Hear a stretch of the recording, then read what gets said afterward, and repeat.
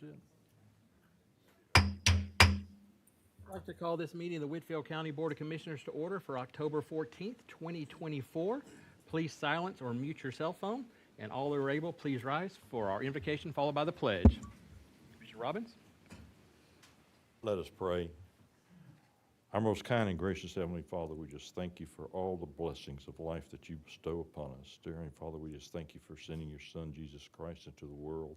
Dear Heavenly Father, we just pray now a special blessing for the people who serve in our military at home and abroad to keep us safe and give us our freedoms. Be with us as we deliberate. Forgive us where we fail you. In Jesus' name I pray. Amen. Amen. I pledge allegiance To the flag of the United States of America and to the republic for which it stands, one nation, under God, indivisible, with liberty and justice for all.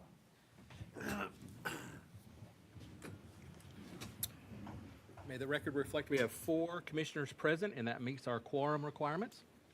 Just a note, I cannot vote to make a tie, so if you're wondering if it's a 2-1 vote why I don't vote, I'm not allowed to vote to make a tie. That's just part of our rules. The agenda was sent out to the commissioners and the public approximately 5 days ago. I've got 2 changes to it. Number 11 was our unified ordinance that we need to table. We're still pending some work with our towns and cities on that, and Commissioner Staton would also like to be present for that. And or postpone it. well, we're removing it from the agenda. Yeah, it can be at another agenda item at a later date, and it will be, I'm sure. Number 17 is related to a memo of understanding for the Department of Transportation, and that is pending some court action, some legal action. It's outside of our control, so we'll wait to hear from the courts before we put that on a future agenda. So number 11 and number 17 removed from the agenda. Any other changes? Motion by Commissioner Jones to approve the amended agenda. Is there a second? Second by Commissioner Thomas. Any further discussion? All in favor, raise your hand or say aye. Any opposed, nay. Passes on a 3-0 vote. There is one consent agenda item, which is just ratifying our budget amendments or any purchases from our last meeting. The minutes, we have both a September meeting minutes from our regular called meeting and also special called meeting minutes as well. Were there any corrections to either one of those meeting minutes? Motion to approve as presented. Motion by Commissioner Robbins to approve as presented. Is there a second?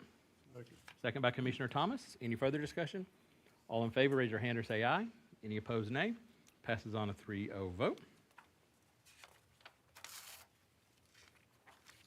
All right, we'll start with our Employee of the Month, Jacqueline Robinson. Will the sheriff come forward with Ms. Robinson?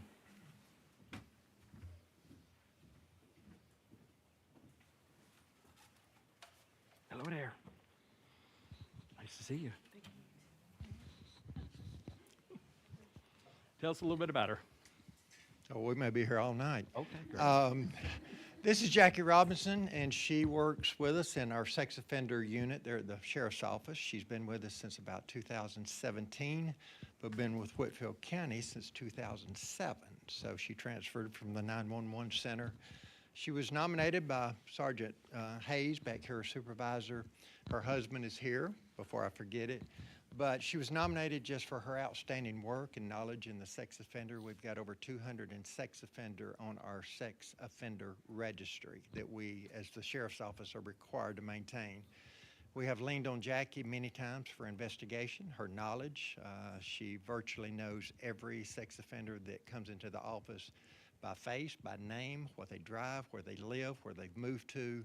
So we've leaned on her knowledge, but she's very compassionate, she's very caring, very stern, very firm, you know, with the people that she deals with. And sadly, those kind of offenders are some of the worst that we deal with because many of the crimes that they've committed are against children.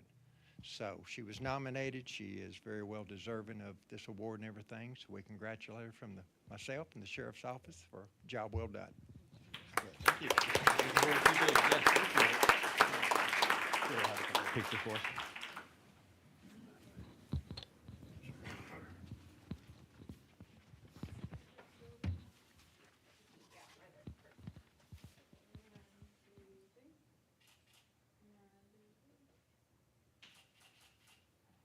Thank you. Appreciate it.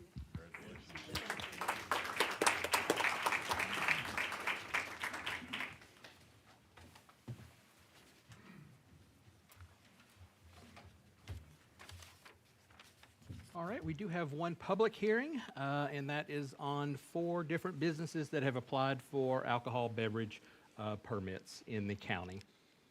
Is there anyone from any of these businesses that would like to come forward, or anyone else who would like to speak in favor of the permits? We won't vote until later in the meeting, but if you have any comments in favor of these permits, we're happy to hear them now. Okay, don't see any. Does anyone have concerns or anyone have issues, like to speak against these permits being issued? Please come forward now. Going once, twice. All right, I will close the public hearing on the alcohol beverage applications. Our next is where each commissioner has a chance to give a report to the public on any boards that they serve on or anything else on their minds in general. I will start off with a reminder, not this Saturday, but the 26th, getting close to Halloween, we are having our Touch a Truck, like a truck and treat combination. This is not the first year. It was very successful the last year or two that we had it. Not just hundreds, but I think over 1,000 kids came out to it, adults too. So you're welcome, adults or kids, on Saturday the 26th at 1 p.m., just right down the road here on Salvage Street, so in downtown Dalton. So we block off the street for a couple of hours and bring all the trucks out and lots of candy. So we welcome everybody from the community to come out. And speak of the community, if you recall, we got a Christmas tree donated earlier this spring, and it's survived the dry winter thanks to our building and maintenance crew keeping it water, keeping it alive, so it's looking really good out there. We also have had decorations that are on order, and those were also donated. We're trying to do all this free of any taxpayer dollars. The final step is to schedule and have a actual lighting ceremony. We want to make it a big event for kids and grown-ups and families to come out, hot cocoa and carols in the whole 9 yards. So Valerie is our contact for that. So we're looking for volunteers.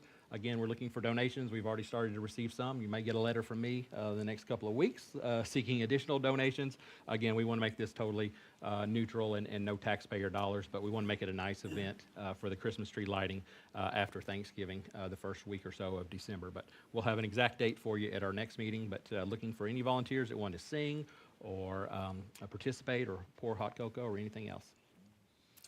John wants to sing, is that what you were saying? Sure. Oh, perfect, that'd be great. We'll have you at the acapella.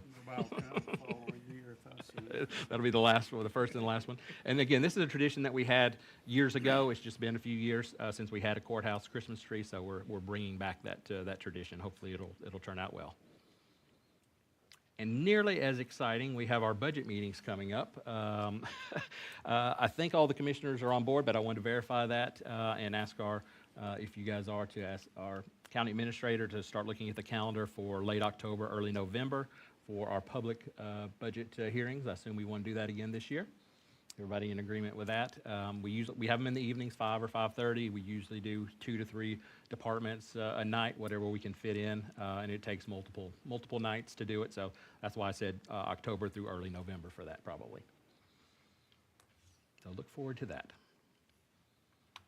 Speaking of our county administrator, we've got a couple of items for us, Mr. Civic. Well, hopefully it'll be a little more exciting than budget meetings. I love budget. First thing I want to talk about is the tire amnesty event. That is taking place on November 2nd. I know that one of the things that we get a lot of complaints about is old tires that are sitting around and gathering water and being a breeding ground for mosquitoes. So Whitfield County is going to do something about that. This is set for Saturday, November 2nd from 8 a.m. to noon. If there's bad weather that day, it will be postponed a week till Saturday, November 9th. It'll be held at the Public Works facility on Gillespie Drive. What we're limiting first of all, this is only for Whitfield County residents, so have your driver's license to show that you live in Whitfield County. No commercial businesses will be allowed to participate. they should be disposing of tires for the normal course of business. But for individuals, we will take passenger vehicle tires and lawnmower tires. You're going to have to take them off the rim, and no more than 10 tires per car, per truck. And it doesn't matter if you have your neighbor Joe in the car with you. It's going to have to be separate cars, so only 10 tires per vehicle. And that way, we can dispose of them properly and hopefully take care of this matter that's not only unsightly to our community, but also poses a health risk. The next thing I wanted to talk about was the Celebrity Spelling Bee. That's sponsored by the Whitfield Education Foundation. That will take place on Thursday, November 7th. At the Dalton Convention Center. 6 p.m. is the dinner, 7 p.m. is the spelling bee. I encourage everybody to get out and participate and support the Education Foundation. I know that a number of people from the county government in this room go there as well.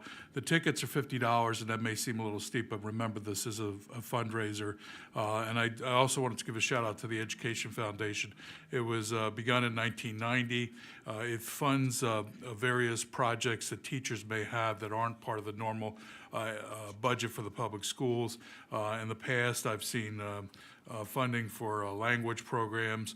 I know a few years ago there was a teacher who bought a solar telescope with one of these grants that are raised through the Education Foundation for the kids to learn about that. I know that backpacks and books have been bought for first and second graders to promote literacy. And this is one I found really interesting was a few years ago, the Education Foundation, through one of these grants, purchased sewing machines because that's kind of a lost art, not only for all of us, but also they kill two birds with one stone. The kids at school made the costumes for school plays, so that was good as well. And I have one other thing, Mr. Chairman. You know I always add things. Val Molina reminded me this afternoon, and I think we need to give a shout out. And as my old high school coach used to say, it ain't bragging if you can back it up, and we can back it up. So again, another example of the organizational excellence of Whitfield County government. Last month on September 23rd, the Georgia Council of Court Administrators, these are the court administrators throughout the state of Georgia, they awarded us the 2024 Court Program of the Year Award. That went to the Conasauga Circuit, that's Whitfield and Murray County, for its treatment and accountability courts. Here we have a mental health court, a drug court, and a domestic violence court. These courts are vital to helping people with these problems. And either you can look at it as a success from a human services standpoint, or you can look at it as a success from the financial standpoint, because for every person that we're able to resolve without incarceration, resolve problems without incarceration, saves the taxpayers an enormous amount of money. The last time I checked, it costs at least $50,000 a year to lock somebody up in a jail cell. So our judges and the Superior Court and all the staff up there are doing a bang-up job, and we're very proud of them, and I wanted to give them credit for that as well. Great. Commissioner Jones? Commissioner Thomas? No. Commissioner Robbins? Yes, I attended a library board meeting, and the only thing I need to report is that a new director has been hired, and she is on, matter of fact, in the past week or two. Started. So that's good news, and the library continues to be supported, so fortunate of that. Also, it's not a board, but at the senior center, they're about finished with the new freezer and additional space, so it's been very active. And anybody over 50 is welcome to come and eat lunch every day for $3 a person. I'll throw that in as a sideline. And you get a commission off that? I do not get a commission on that. He gets a free cookie. And I also wanted to mention that we were talking about this at the staff meeting this morning. I think probably early December, that should all be completed. So we will have a ribbon cutting ceremony for that. Good, thank you.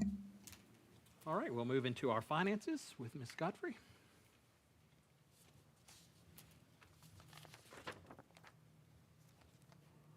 Just for the record, I don't like budget meetings. You don't? I don't. Is that because I'm in there or some other reason? Something like that. Okay, so in August, we collected year-to-date, we've collected $10.2 million in sales tax. We've collected $3.9 million in vehicle tax year-to-date. Our total revenue for the year is $29 million. And our year-to-date expenses are 41.4 million, year-to-date. As I said, our total revenues through August was 29 million, with our projected revenues being 28.5 million. And compared to last year at the same time, it was 27.3, so we're kind of flat. Total expenditures through August 31st were 41.5 million, with the projected expenditures being 40.9 million. For the same period last year, it was 35.4. Again, pretty flat. Year-to-date revenue is 500,000 higher than the budgeted amount. On the flip side, year-to-date expenditures were 500,000 higher than budgeted, so there's a very small surplus of 20,000. As of August 31st, our fund balance actual is 22 million, and the projected for end of the year is 33.1 million if we collect property taxes before the end of the year. Small if, but we'll Small get there. if. We'll get there. Yes. And for the 2020 splosh, our actual receipts through August 31st is almost 91 million, with our actual project expenditures being 83.7. And all of the debt was paid in October.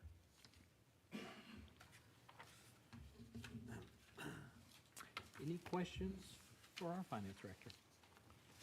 Motion to approve is presented. Motion by Commissioner Robbins to approve the finances. Is there a second? Second. Second by Commissioner Jones. Any further discussion? All in favor, raise your hand or say aye. Any opposed, nay. Passes on to 3-0 vote. All right, this is our first opportunity for public comments. So this is the one that's related to any agenda items that we approved a moment ago. Of course, we took 2 items off of there, but any other agenda items that were published, you're welcome to give us your feedback on. We do have a new clock up here, as you can see. The commissioners bought that for me, but it's really for the public. I cannot be held to 5 minutes, but we do have a very generous 5 minutes. You can also talk again at the end of the meeting. We have another public comment, so you can speak at either one of those, but this one is only for agenda items. Does anyone like to come forward with public comments related to our agenda? Okay. Going once. There seems like there's some movement. We have movement. Just say your name, please, and your address for the Mike record. Russell, 250 Ben Putnam Road. It's about the West Brow development on the south end. There's a lot of opposition on the planning and zoning meeting. And I just want to know if the joint comprehension plan is not in play anymore. Because it's, the staff analysis is, part of it says it's high density, but that development in that area is low density in all 3 types of properties that's down there. So I just got a question if y'all gonna use the comprehensive plan or not. Y'all voted it in last October, a special call meeting, and now you're totally going against it. And maybe Mr. Civic can answer it. Is this in play anymore, or y'all totally not using it anymore? It is designed to be a guide. It's not hard and fast. It's not a law, but it is designed to be our guide, and we should use it. I agree with you. Okay, well, there's no sewer in that area, so to be high density, sewer had to be moved down there. I did send y'all an email after the last meeting. A couple of your commissioners called me. I appreciate that. One of the commissioners thought there was sewer there. So it's about 1.5 miles up the road. It will have to be moved down there. I'm pretty sure the ordinance reads that the developer can pay to have that moved down there. My question is the county gonna help them pay to move that down there? There is no motion or agenda item for financing the sewers. Or could they be? No discussion at all right now. Yeah, there's nothing on the agenda for tonight, and there's no plans behind the scenes. I can tell you that right now as well. Okay. I don't even know what it would cost. The developer said that he was gonna pay to Yeah, have the it's sewer. going to be on him. Okay. I can't say that 100%, but I'm 99% sure it's not going to come from us. I just asked y'all to use the comprehensive plan. It's a 4-year plan. It's not even a year old yet, and you're totally going against it. I just ask that y'all consider and really use this plan for that area, because it is still rural.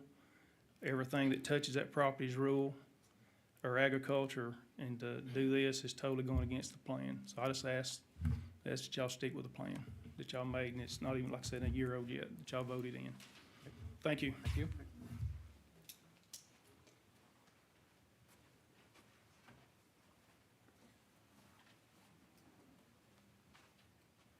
Chuck Morgan, 150 Ben Putnam Road.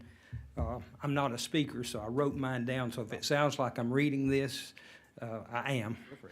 So I'll just give you a heads up on that. I recently attended the Whitfield County Planning Commission meeting that was on Monday, September 23rd, along with several of my family and our concerned neighbors. We came in opposition to the proposed high-density subdivision development seeking rezoning in our neighborhood. As was stated in that meeting, concerns were presented regarding an entrance to the development from Ben Putnam Road and the amount of homes per acre being proposed. The concern being that Ben Putnam is only averages a width of 19 feet and is much narrower in several areas. It's dead ends into the juncture of I-75 and leads nowhere else. It has a ditch-to-ditch right-of-way, so I mean, there's no leeway for expanding that road as far as widening it or anything as far as right-of-way. Ben Putnam is barely capable of handling the traffic from current residences, let alone the 169 proposed new residences that would go in there. Any upgrade would only serve the needs of a money-hungry developer from Chattanooga and an equally money-hungry contractor from Atlanta, the way I look at it, and not the tax-paying, long-time citizens of this neighborhood. Our neighbors made several valid points in opposition of which were brushed off by this biased development commission, and the development proposal was promptly recommended with little regard and concern for the information that we provided. 3 of the 4 commissioners present here tonight sat in that meeting and are familiar with the situation, so I'm not going to be redundant in restating the information that we brought up, which now brings us to you guys. We only have 2 requests that you would consider here tonight. We ask for your thoughtful consideration. One being, based on the size and the condition of Ben Putnam Road, that you deny access the development entrance on that said road. And number 2, that your rezoning decision be as to reduce the amount of residences allowed to be built to be more in line with the surrounding demographic. We hope that you'll give consideration and common sense and informed approval to these 2 requests and deny the proposed development in its current form. This request is being submitted from people who support you, voted for you, and helps pay the taxes to this country, or to this county, to have you help serve for the better interest of our citizens. Appreciate your time tonight. Thank you.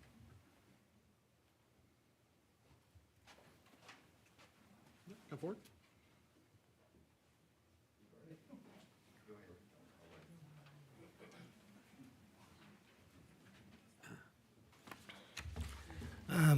Willard Redwine. I live at 287 Tilton Road, but I'm a property owner on Ben Putnam Road also. Of course, I'm speaking against this. I want to reiterate what they've said, but I won't go into that. You all know those issues. Only one thing that wasn't mentioned tonight, it was at the Planning Commission, but this not only affects Ben Putnam Road community per se, this will affect the high density or medium density, if that's whichever you want. I look at it as high density. I think it's technically medium. This would affect the whole community, okay, down there, school system and everything. Because we've got to remember, if we're talking about 169 dwellings, whatever, there's no law that I know of that says, though, that, and that's a very large number. If you just look at the plat, it's sort of common sense. This doesn't fit in with what it shows as far as existing homes that's been built there. When you look at it, these are all packed into right to the middle of a residential area that's been there for years, rural residential, as a matter of fact. But my point is, it'll affect the whole area. Also, we need to remember the developer does have options. Because if you don't approve it to change the zoning, they still have options. And by that, I mean, they could still build houses down there in accordance with it being, the zoning, that it is now, which is R5, instead of going to the higher density deal. You know, so if they wanted to build, as I understand it, they could build larger houses, whatever, so there wouldn't be so many, wouldn't make such an impact on that area. Even 1 per acre, you got 55 more houses there. Something we need to remember too, though, when you think of whatever number of houses or units that are built, that doesn't mean that that's just 2 people or 3 people or whatever. It's hard times right now across this country. And there's lots of families that have their sons and daughters living with them, and more sometimes. They may have gotten a good education, but they are not able to build a house of their own if they're young and whatever. So when we're talking about that many people, you could, whatever estimate you wanted to put on how many it would certainly be more than 2 or 3 people per house. And that's a lot of people. That's something we just need to think about because, I mean, if 2 or 3 families wanted to live in one house, they could. But that just compacts the problem. So I am reiterating, like I say, what they've said. And the developer has other options also. I mean, with the zoning like it is now, it's a split zone or whatever technically it's called, commercial R5, I believe. And so actually they could build other things there too if they so desired. So, you know, they do have options. The people living down there and myself as a property owner, we don't really have but 1 or 2. We can, if it were passed and that influx of residents came in, we either got to live with it or decide to move. And folks that live down there, I know several of them, and they've been there their whole life. So it's not a needy thing, well, I just don't like this, I'm going to move. That's home to all these people. So I'm just asking you for the same things that Chuck just mentioned. It's a compromise, but I think it's a good one, that they can, they've got options. The road deal is very important. The 41 entrance and exit should be the only one if they're going to build. And then also, if it wasn't a medium density situation, it would at least be much more livable, and it would keep more of the setting due to the planning commission and the 4-year plan that he was talking about. It would go much more along with that when you read the description that you guys, I guess, approved after the commission came up with it. So, and I think if we're going to pay people to do this and put it on paper, that we should use it. And if not, it's not worth much more than the paper it's written on. So I just ask that you make the best decision that you can, and remember, put yourself in the place of residents as if it were you or whatever. So we're not saying, you know, you can't do anything. There's options here that maybe have not been discussed, maybe they wouldn't want to do, but it's still options.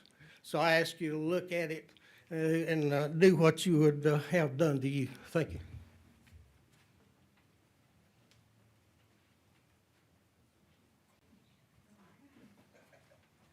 Good evening. Hello. I wrote mine down as well. Just name and address, please. My name is Sarah Zinsmeister. I live at 129 Ben Putnam Road, Resaca, Georgia. I am speaking on behalf of my neighbors and myself who live on Ben Putnam Road. My grandparents built the house I own in 1970.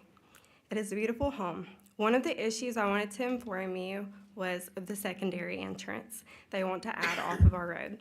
This will significantly increase traffic on our narrow road, which is roughly 17 feet wide. Your average pickup truck, like my husband's, is around 8.5 feet wide.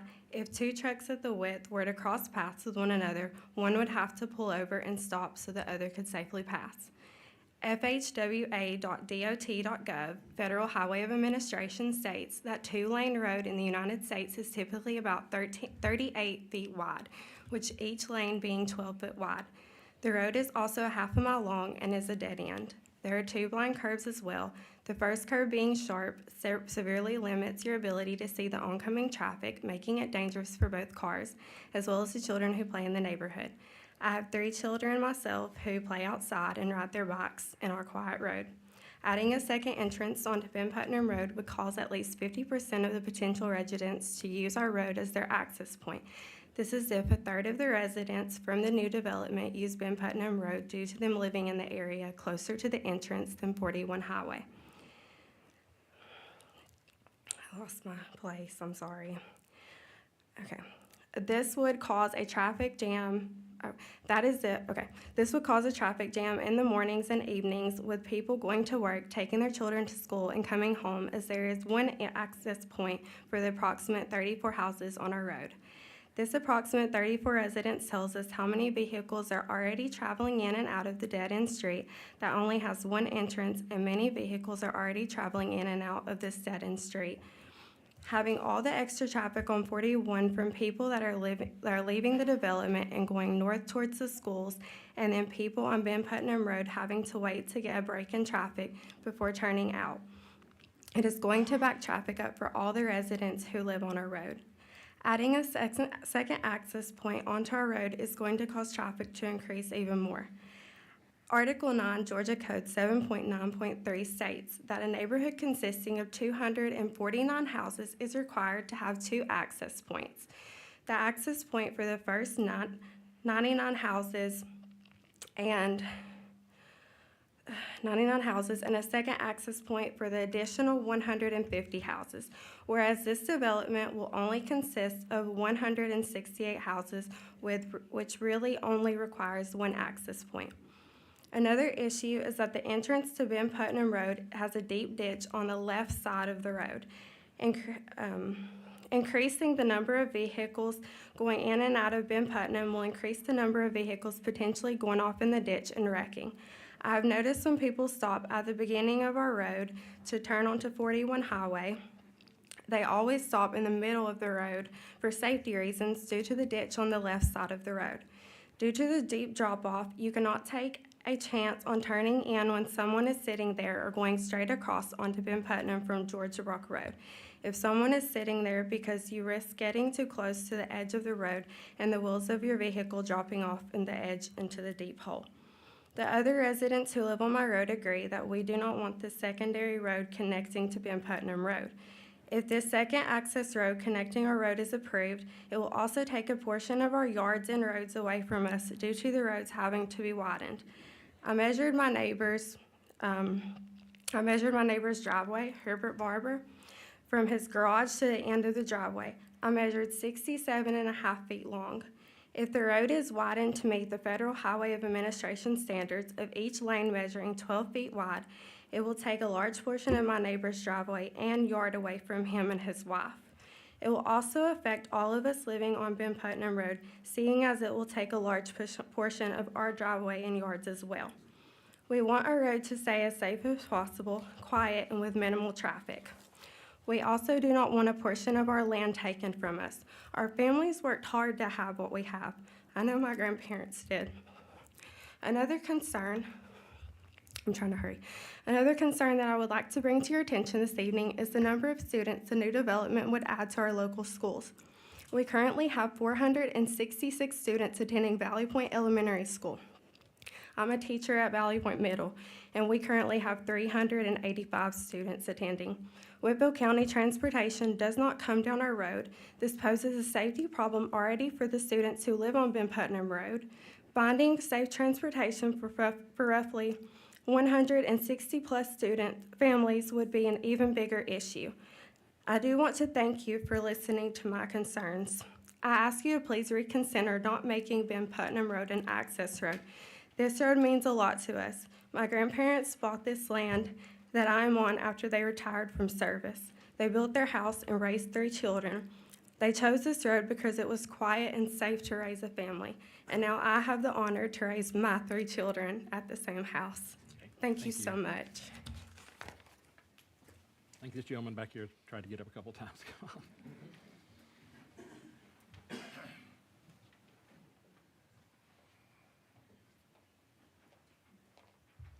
I agree with everything they just said. My Thank you. name is Address, David please. Weaver. I live at 253 Ben Putnam Road. I also own 257 Ben Putnam Road. My property borders the 13 acres is behind me. Behind my property is, I guess you'd call it like a miniature swamp. In the wintertime, it's wet, all the way up to late spring. Part of that runs up on my property about 10 or 15 foot. If you put them houses back up behind my property, you'll have to build it up.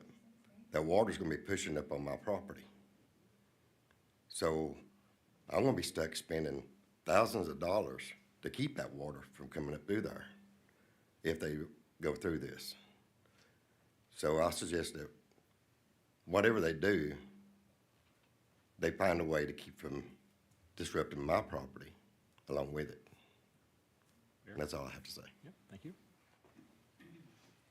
Yes, sir?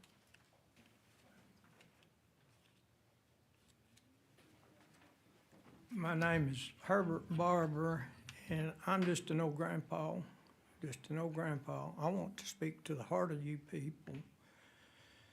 We've got a great little community down Ben Putnam Road. I want the very best for the owners of that property to come out and make what they need in selling that property, whatever they do. I'm a Christian, and I want them to come out well in that sale. But guys, ladies, gentlemen, we got such a neighborhood, and if you just listen to them, and if you'll listen with your heart, these people are all just neighbors. It's all we got is our property. When I bought my property, I knew there was what I needed there. When these people buy that property, I don't know how much is there. They need to make room for roads. Don't bother the folks on Ben Putnam. Make room for roads or buy some more property. We have people just walking, riding bicycles. We have children that just ride bicycles. My grandchildren play up and down that road. I do not want speedsters to come in there. I do not want delivery trucks coming more and more and more. They're already coming, but I don't know how many houses is there. But we don't have we don't have speed people. Please consider what the people of Ben Putnam are asking you. Let's don't go for money. Let's go for satisfaction to the people of Ben Putnam Road. You have the jurisdiction to make these decisions. Please don't hurt Ben Putnam. And thank you for listening to us. And I'm at 120 Ben Putnam Road.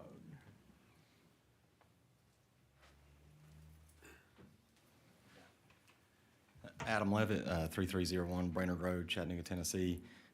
Obviously, I represent the developer. The existing zoning on that property is commercial in the front and R5 in the back. If they don't do this neighborhood, the existing property owners plan to do chicken houses and a mobile home park. If that's what is wanted and desired, and they would prefer, that, then, would urge you to consider that. A lot of the things they were addressing, this is a working class family neighborhood. This is not, a Formula One breeding grounds. I mean, these guys are gonna have kids and families just like the rest of the folks here. They're gonna move in and, they're not gonna wanna be speeding down the road because they're gonna have kids that they would, of their own, that they're not gonna wanna run over these other people's kids to get to their kids. I don't think that would make a whole lot of sense. Any road improvements, just like the sewer improvements mentioned earlier, would work through the county, work through GDOT. We would, that would be a developer expense. Again, if you had a lot of families in there, they're not wanting to take dangerous curvy roads to get back to their houses, or it wouldn't sell very well. So we don't plan to do anything that would be dangerous. Anything adding, anytime you have growth, this is part of the process. You're gonna disturb some people that are there. We can't take property from these people that they don't either want to give or is not already there. We wouldn't be taking any property from them. It would all be whatever's in the existing right-of-way. And again, that would be through the county. They would approve that or give us design standards to meet. that we would in turn, fund and come out of our own pocket, so. Well, just a couple of comments. You can't put chicken houses on C2 or R5, so they would have to rezone it again a year from now if this got denied, so Okay. just if you'll pass that along to them. Also, the one plan that I saw was for the egress and the entrance to be on South Dixie, not on Ben Putnam. Are you, or your developer, are you okay with that? And paying if there's a deceleration lane, whatever the traffic study says you have to do on improvements, but that would be on South Dixie. There wouldn't be any road exit or entrance on Ben Putnam. Is that accurate? Well, actually, the lady that spoke previously, she was correct. There has to be 2 entrances and exits. One of them will be an emergency exit, probably be gated. If GDOT requires us to acquire more land and we're able to do that, then we would put the access on US 41 on Dixie Highway. If not, we would have to come off Ben Putnam Road and improve the road per the county standards. But either way, we would have to have an access either point. Our intent would be to have that as a locked gate with a Knox box on it, just for the fire department, police department. Would not be everyday traffic. So only one of the access points would be used. But there could be 2 access points on South Dixie. There has to be. No, you cannot. There's not enough room. Can't be to on the put- same road? No, sir. Not without buying some more property. I see. There's not Oh, enough without room. I didn't catch that. He'd have to buy more property. On 41. Any other questions? Not for him. Okay, thank you.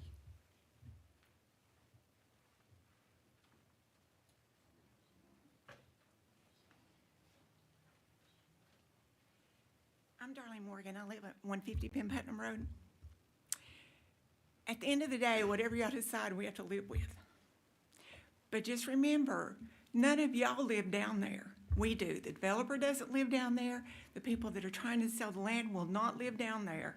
We are the ones that are gonna be faced with the decisions that y'all make. We're gonna have to, like, I didn't even think about this, but when they did the employee of the month, the sex offender register, how are you gonna keep sex offenders out of there? You can't. And like, we have 16 acres of land. My brother-in-law has 16 acres of land. We have a pond. We've walked out before and we have seen people that we don't know standing down at our pond, and it's like, who are you? Where did you come from? And, that's gonna happen. You put all those houses down there, they're gonna come over on our yards and our property, and then we're gonna have to deal with that. How are y'all gonna stop that? But it's not gonna affect y'all. You vote yes, okay. It's no big deal. It doesn't affect me. I don't live there. We're the ones that have to live there with it. So just remember that. It's like Willard said, the golden rule is do unto others as you would have them do unto you. So just think about it. If this were in your neighborhood and you were facing the same thing that we are, what would you do?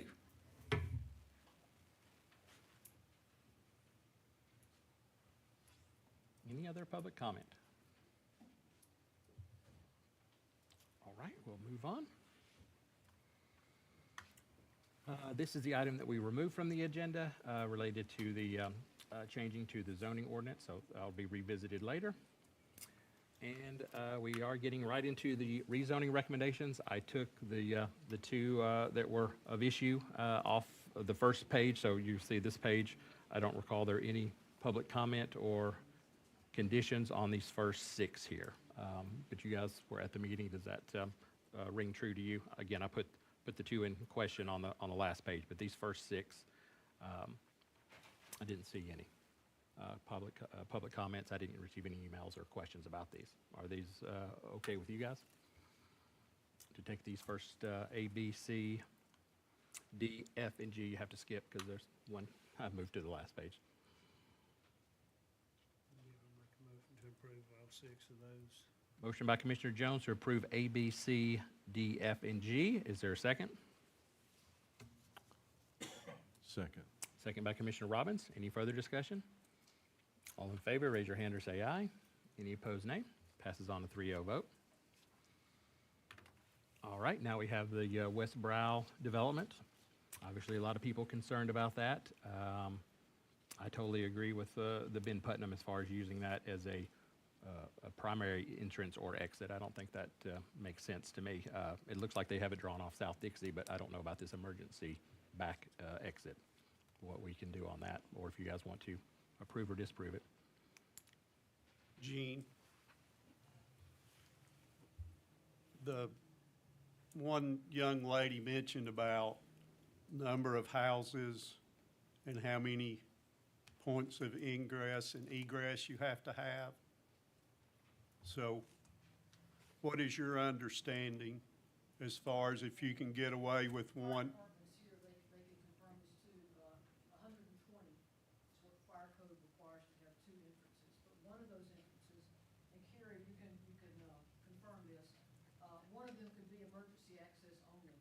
Entrance for fire trucks and emergency, no exit for any residents in that subdivision.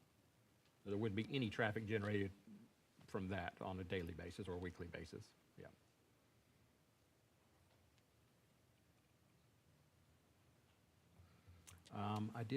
I had some questions about buffer or privacy, but I don't believe this property actually touches Ben Putnam, does it? So we can't require a buffer because it doesn't touch Ben Putnam. So you'll have to ignore that. When I looked at the plat closer, I saw it doesn't actually touch that road. So that would be another property. I know that might be in play at a future date, but it's not in play today, so we can't put a condition on there where it's not touching Ben Putnam today. The 42 acres is not. No part of this project touches Ben Putnam now? There's more than one parcel. This parcel that we're rezoning does not, Does not touch Ben Putnam?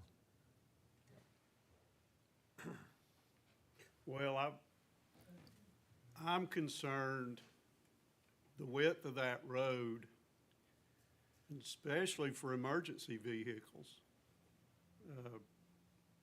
It concerns me that vehicles would be using that road.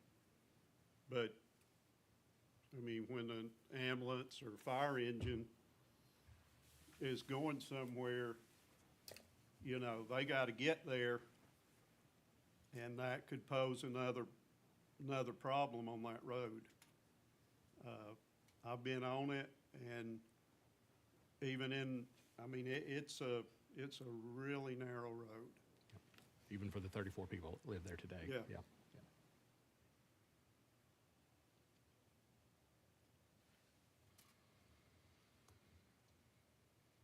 Well, we know the traffic study is required, that's required regardless. We know that the sewer and any improvements to the roads are all at the developer's cost, but if you guys want to if the road had to be widened and there's not enough land, property, yeah, a developer widen can it seize anyway property. unless somebody wanted to sell them something. Right, yeah, they don't have eminent domain rights, yeah, They couldn't condemn it.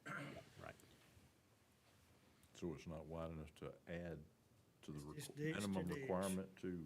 Yeah, there's build the road? open ditches on it. There's no right of way. It's just a ditch to ditch. And who would deem that road safe for emergency vehicles to use the width it is now? I would think the fire department would. Yeah. But y'all haven't done a study on it yet, I assume? No, sir, we just have to go by Georgia Fire Code, Georgia statute that says the width.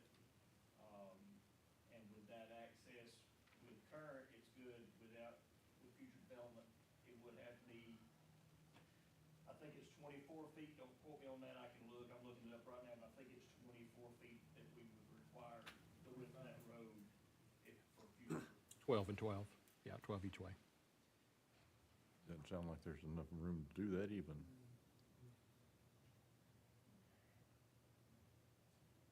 So access to Ben Putnam wouldn't be even in the picture.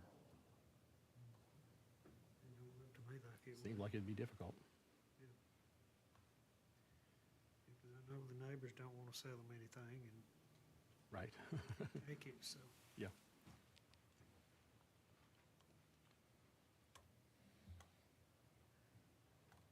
Is there a motion to deny this rezone?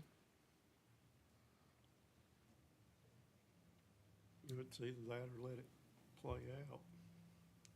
I mean,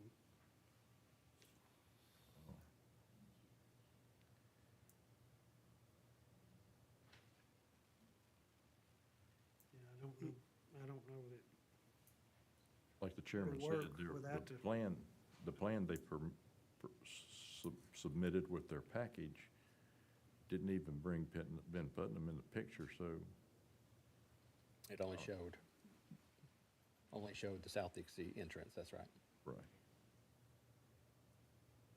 So if they're gonna have to acquire land, they'll have to get it off of 41 to have the two entrances, or exits, either one.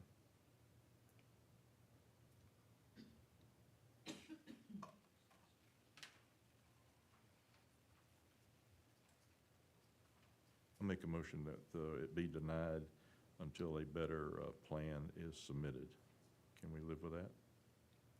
Without the use of Ben Putnam Road. Without the use of Ben Putnam, we already know that's not a sufficient road for Only thing ambulance. is, if we deny it, it's gonna be A at year. least a year. Yeah, yeah, there is, you can't deny with conditions, you just deny, yeah.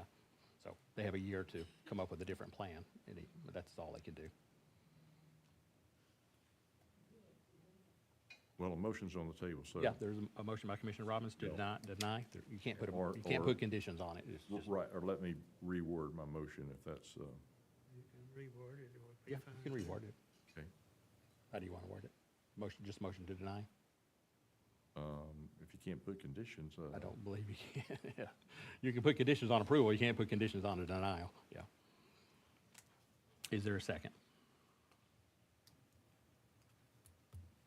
So what's your motion again, Mr. Robbins? To deny. To deny, To that's all. deny, Yeah, understanding that I can't place conditions on it, but It has to come back they in a should have year. thought about this, even a road, even a traffic study, I think should have been in the mix. In advance. Before they even brought it, and that's what I said the night of the hearing, right?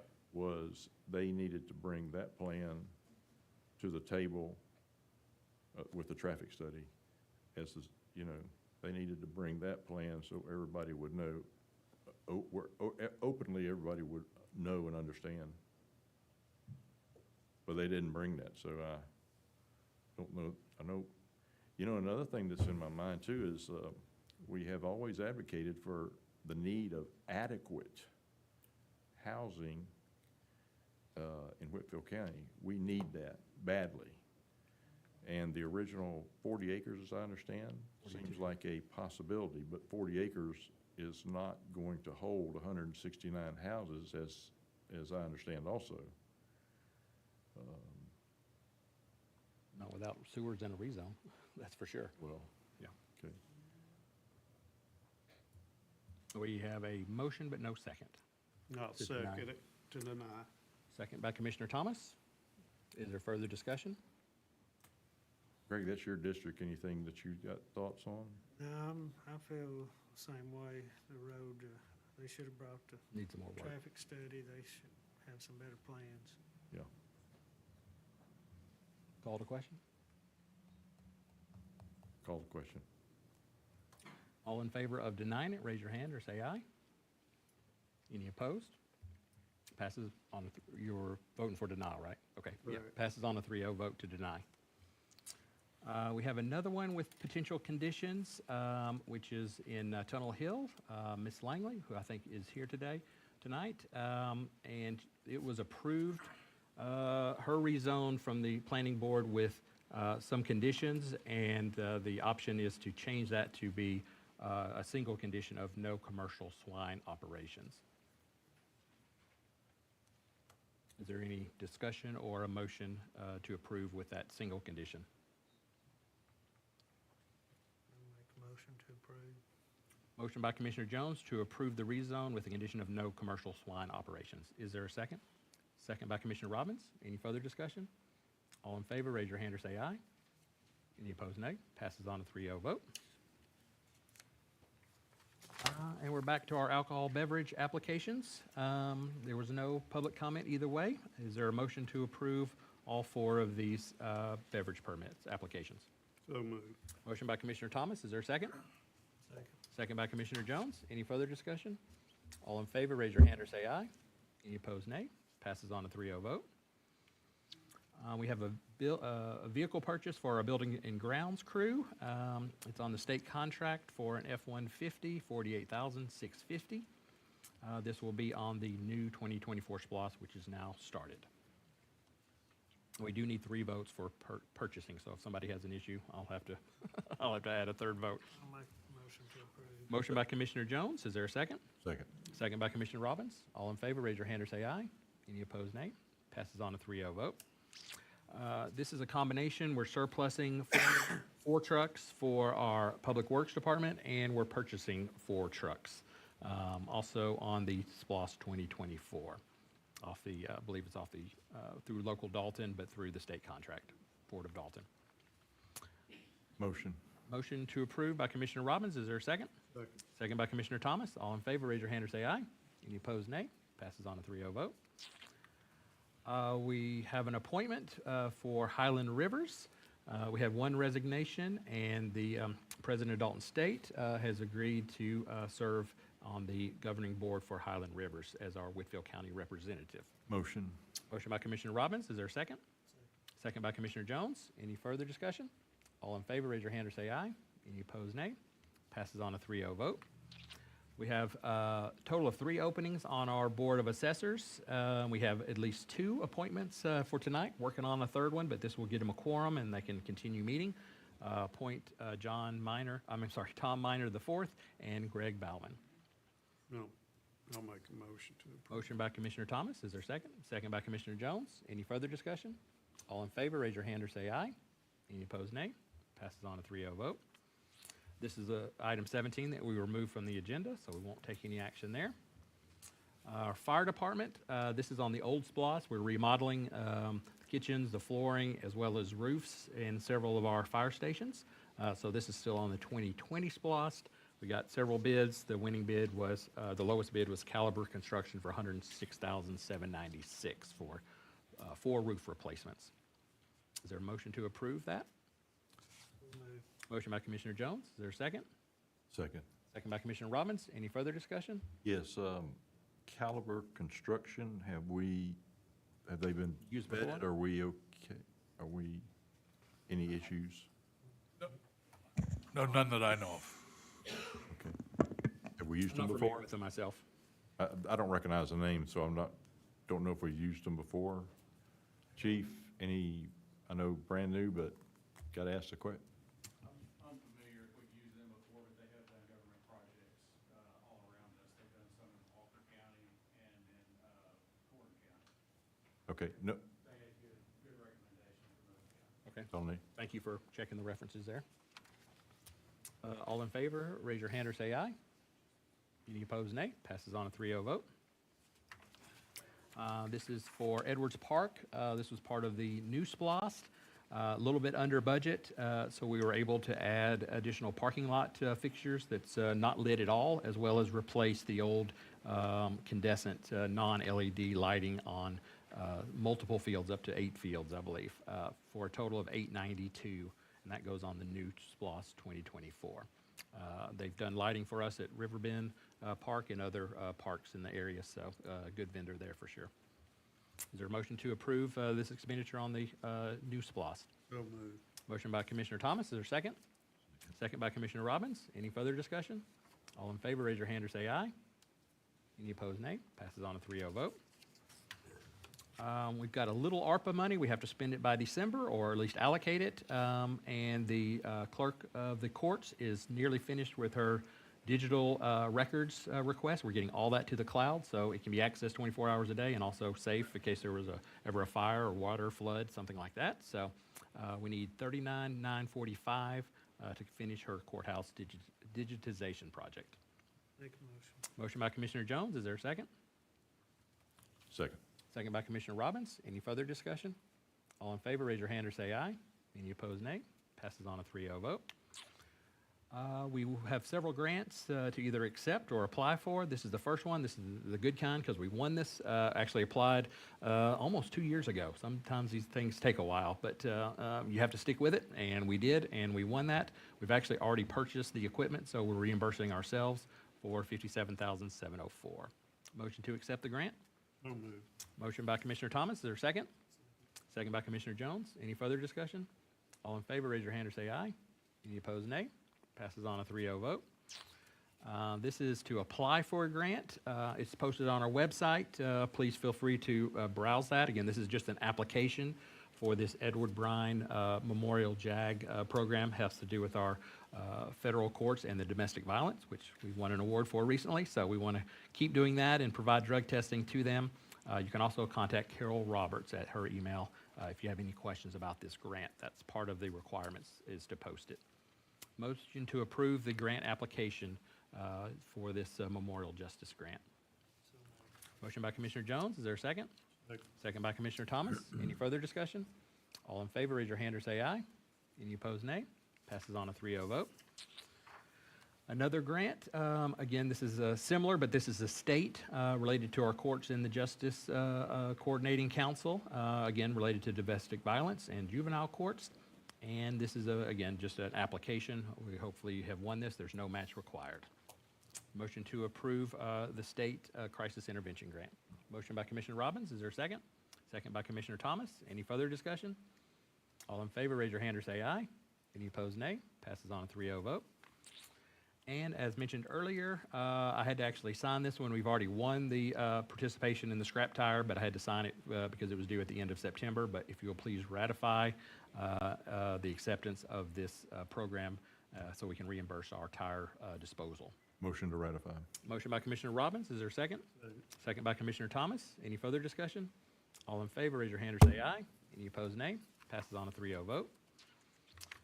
Thrive, I think all the commissioners discussed this amongst themselves, but want to make sure you're all in agreement that we can apply for this. This is a regional grant, so we're working with the surrounding counties all the way up into Tennessee, but has a tremendous return if we win it. Again, this is just the application, $24,000, but we can also use our in-kind facilities and manpower to reduce that all the way down to, I think, just $8,000. So. Motion. Motion by Commissioner Robbins. Is there a second? Second.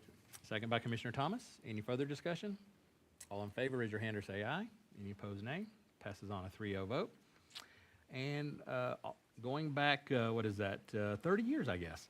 So there was a typo in a claim deed. We are nothing but focused on the details. So we had a typo, whoever, in 1994, and it needs to be corrected related to a quick claim deed in the county and this CTF Realtor LLC. Are you familiar with CTF Realtor, John? I'm not either. Motion. Motion by Commissioner Robbins to approve the corrected deed. Is there a second? Second. Second by Commissioner Thomas. Any further discussion? All in favor, raise your hand or say aye. Any opposed, nay. Passes on a 3-0 vote. As mentioned, the 2024 SPLOST passed and has started as of October 1st, a couple of weeks ago.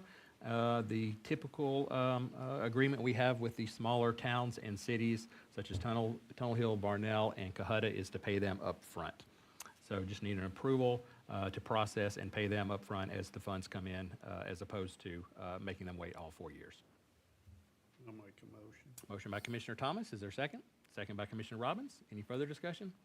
All in favor, raise your hand or say aye. Any opposed, nay. Passes on a 3-0 vote. There's been quite a few appeals. This is on 2023, so not related to our recent activity with the courts and the tax commissioner, but related to the 2023 property, since he has not received any recent property tax payments. We need to move some funds around so he can do these refunds related to the appeals from last year. All the appeals have occurred as of the 1st of September, but the people that won or owed a refund, they need to be paid. So we need to move some money and work with the tax commissioner on his accounts that he pays out of. Motion to transfer those funds as needed until the fund balance is returned. Motion by Commissioner Jones. Is there a second? Second. Second by Commissioner Robbins. Any further discussion? All in favor, raise your hand or say aye. Any opposed, nay. Passes on a 3-0 vote. All right, we've gotten to the final comments. So anything that was on your mind that maybe wasn't on the agenda or that you have a question about since then?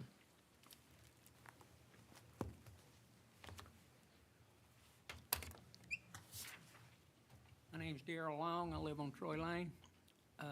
I've watched a lot of this zoning stuff going on here. In my opinion, when we zone this property, wherever it is, it needs to be written in stone that this is what the developer's doing. On Wagner Road, y'all approved 2 driveways for 8 houses. I know that wasn't gonna work.